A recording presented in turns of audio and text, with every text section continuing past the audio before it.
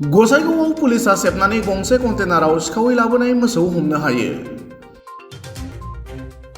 मोनसे स्रोद सोलुंनि बिथा खालामनानै गसाइगाव महकुमा पुलिस बेंगिरि हिरेन कुमार डेकानि दैदेननाय पुलिसनि मोनसे हानजाया संदाननानै सेबनायाव मा-40 मोसौखौ हमनो हायो।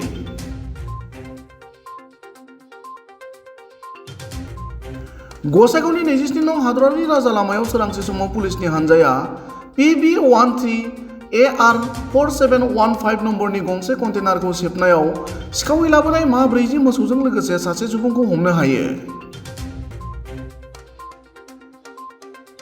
हमनो मोननाय सुबुंनि मुंखौ उत्तर प्रदेशनि मुजफ्फरनगरनि भावना बाबू होनना मिथिहोदों।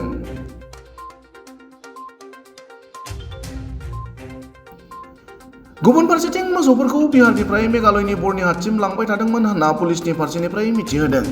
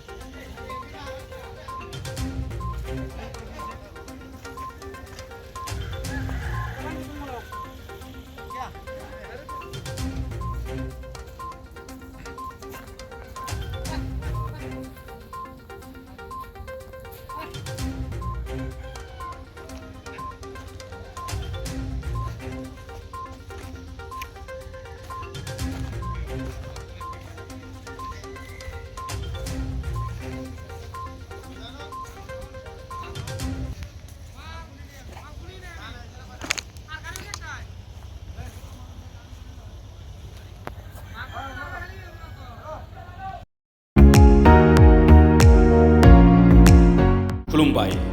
क'क्राझार एबा बिनि खाथि खाला ओनसोलनि बेरामिफोरनि खाबुनि थाखाय गुवाहाटी एप'ल' हस्पिटालनि रोंगौथि गोनां इउर'लजिस्ट एबा किडनिनिबो रोंगौसा डाक्टर अम्लानज्योति शर्मा बिथाङा क'क्राझारनि जेडि र'डआव थानाय एप'ल' डायग्नोस्टिक सेन्टाराव बेरामि नायो।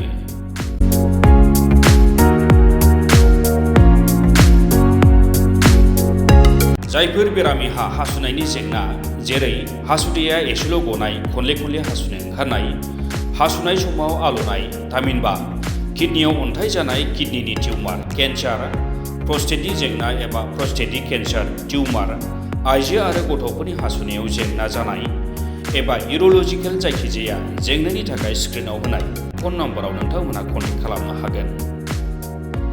किडनि स्टन एबा प्रस्टेटनि लेजार अपारेशननि थाखायबो नोंथांमोनहा बिथांजों कन्टेक्ट खालामनो हागोन। एप'ल' डायग्नोस्टिक सेन्टार, क'क्राझार।